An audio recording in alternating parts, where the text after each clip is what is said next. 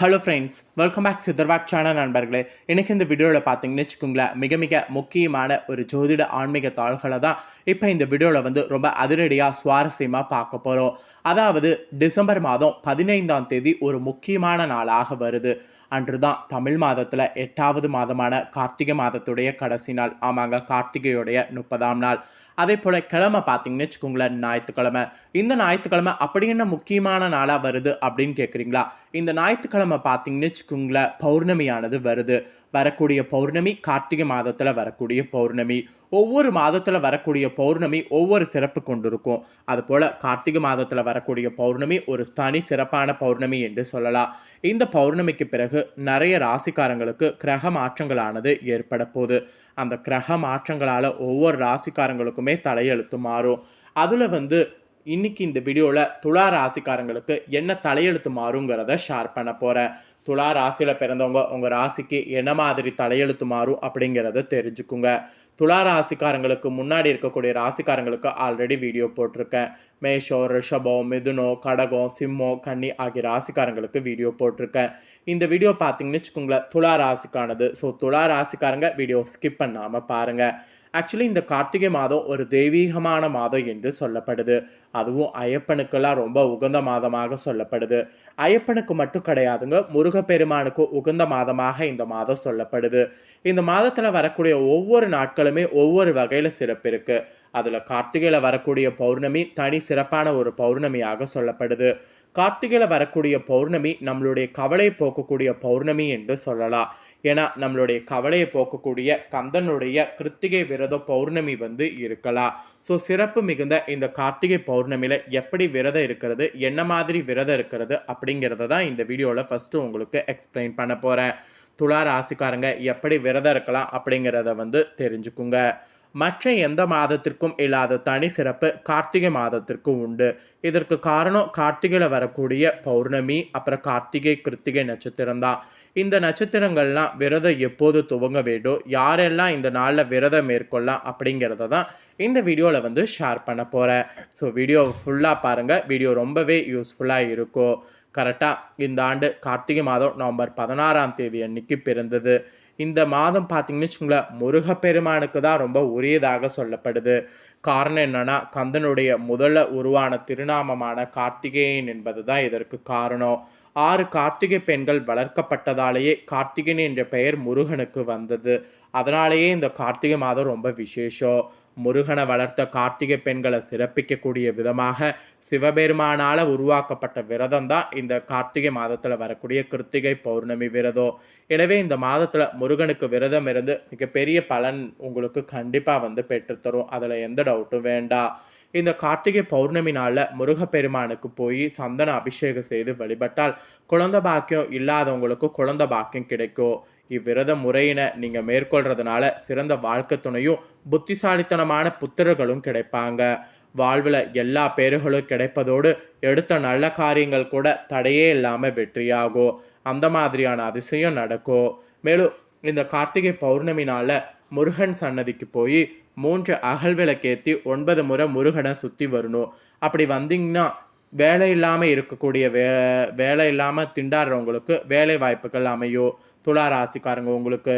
அப்புறம் அதே போல் முருகன் சன்னதியில் 3 விளக்கேற்றி 6 முறை சுற்றி பிரார்த்தனை செய்து வந்தால் குழந்தை இல்லாத தம்பதியர்களுக்கு குழந்தை பலன் கிடைக்கும். அப்புறம் முருகன் சன்னதியில் 5 விளக்கேற்றி கோவிலை 9 முறை ஆண்களும், 1 விளக்கேற்றி திருமண யோகம் என்ற பிரார்த்தனை செய்து 9 முறை பெண்களும் சுற்றி வேண்டிக் கொண்டால் திருமணம் கைகூடும். இப்படி கார்த்திகை மாத பௌர்ணமியில் பார்த்தீங்கன்னு வச்சுக்கோங்களேன், இந்த மாதிரிலாம் வழிபாடு செய்யணும்.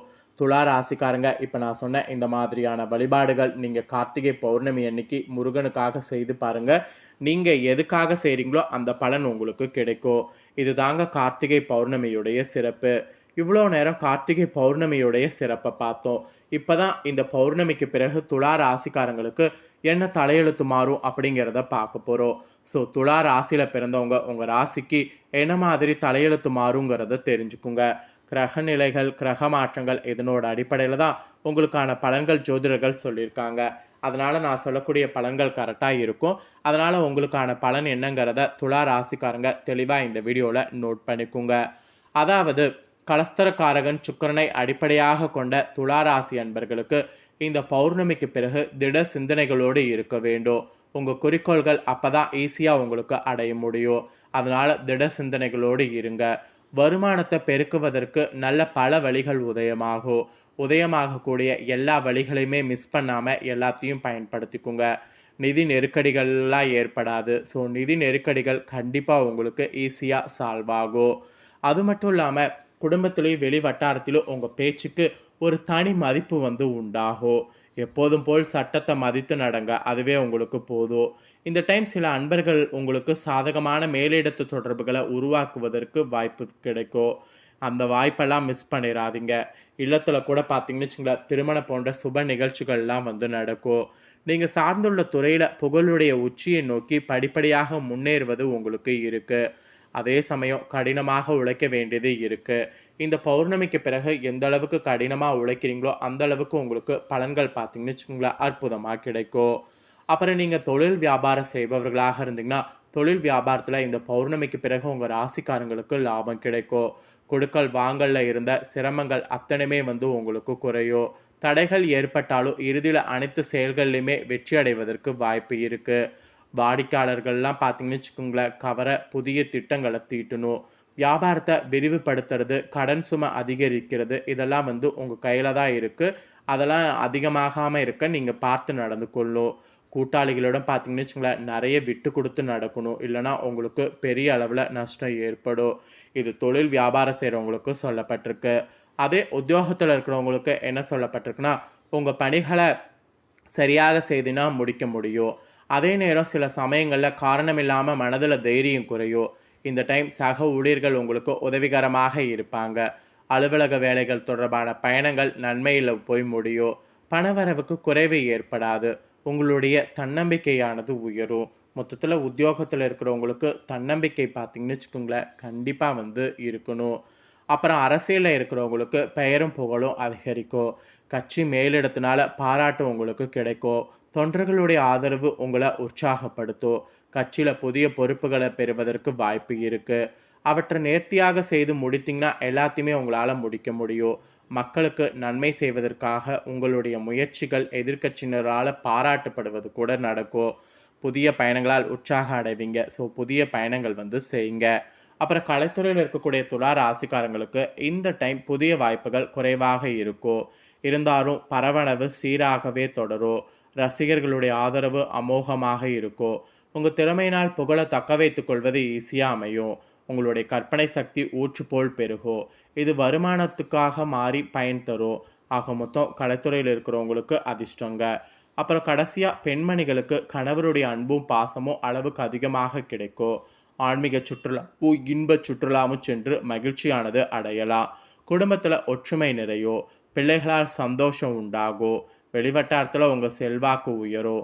மொத்தத்தில் பெண்மணிகளுக்கு செல்வாக்கு உயர்ற மாதிரி இந்த பௌர்ணமிக்கு பிறகு நாட்கள் இருக்க போகுது. அப்புறம் மாணவ மாணவிகளுக்கு உழைப்புக்கேற்ற மதிப்பெண்களை பார்த்தீங்கன்னு வச்சுக்கோங்களேன் இந்த பௌர்ணமிக்கு பிறகு பெறுவீங்க. கடுமையாக உழைத்து படித்தீங்கன்னா கண்டிப்பாக மாணவர்கள் நீங்கள் சாதனை புரிய முடியும். உழைப்பு குறைந்தால் உயர்வும் குறையக்கூடும். அதே சமயம் பெற்றோருடைய ஆதரவு உங்களை உற்சாகப்படுத்தும். விளையாட்டுகளில் ஈடுபட்டிங்கன்னா வெற்றி வாகை சூடலாம். ஸோ விளையாட்டுகளில் தாராளமாக மாணவ மாணவிகள் ஈடுபடலாம். ஸோ துலா ராசிக்காரங்க மாணவ மாணவிகளுக்கு இதுதான் சொல்லப்பட்டிருக்கு. ஆக மொத்தம் துலா ராசியில் பிறந்த சித்திரம் 3, 4 பாதம், சுவாதி, விஷாகம் 1, 2, 3 பாதம் இதில் பிறந்தவங்களுக்கு இந்த பௌர்ணமிக்கு பிறகு இந்த மாதிரியான பலன்கள் தான் கிடைக்கும் என்று பலன்களானது குறிப்பிடப்பட்டிருக்கு. ஸோ குறிப்பிடப்பட்ட பலனை தெளிவாக இந்த வீடியோவில் ஷேர் பண்ணிட்டேன். ஷேர் பண்ண இந்த பலனை துலா ராசிக்காரங்க அவங்கவுங்க ராசிகளுக்கு தெரிஞ்சிருப்பீங்க. தெரிஞ்ச இந்த பலன்களுக்கேற்ப இந்த பௌர்ணமிக்கு பிறகு நடந்து பலன் பெறுங்க. இந்த பௌர்ணமி பலனை நீங்கள் பார்த்தது போல் உங்கள் ஃப்ரெண்ட்ஸ் ஃபேமிலியில் இருக்கவங்களும் பார்த்து அவங்களும் பலனடையணும்னு நினச்சிங்கன்னா வீடியோ லைக் பண்ணி ஷேர் பண்ணுங்கள். இந்த தாள்களை உங்கள் ஃப்ரெண்ட்ஸ் ஃபேமிலியில் இருக்கவங்களும் துலா ராசிக்காரங்களாக இருந்தாங்கன்னா இந்த தாள்களை பார்த்து பயனடையட்டும். மேலும் இதே போல் புதிய அப்டேட்டான நிறைய வீடியோ நம்ம சேனலில் போடப்படும். அதை எல்லாத்தையுமே உடனுக்குடனே தெரிந்து கொள்ள மறக்காமல் நம்ம சேனலை சப்ஸ்கிரைப் பண்ணுங்கள். கூட பெல் பண்ண ப்ரெஸ் பண்ணுங்கள். அதை நீங்கள் பண்ணிட்டீங்கன்னா நான் போடுற மற்ற அப்டேட்டான எல்லா வீடியோஸும் உடனுக்குடனே தெரிந்து கொள்ளலாம். ஸோ ஃபஸ்ட் டைம் பார்க்குறவங்க, சப்ஸ்கிரைப் பண்ணாமல் இருக்கிறவங்க சப்ஸ்கிரைப் பண்ணி பெல் பண்ண ஆல் அப்படிங்கிற ஆப்ஷன் இருக்கும், ப்ரெஸ் பண்ணுங்கள். அதை நீங்கள் பண்ணிட்டீங்கன்னா நான் போடுற மற்ற அப்டேட்டான எல்லா வீடியோஸுமே உடனுக்குடனே தெரிந்து கொள்ளலாம். ஸோ மறக்காமல் பண்ணுங்கள். நெக்ஸ்ட்டு இதே போல் சுவாரஸ்யமாக வேறொரு புதிய அப்டேட்டான தாள்களோடு மீண்டும் இன்னொரு புதிய வீடியோவில் வந்து சந்திக்கிறேன். நன்றி.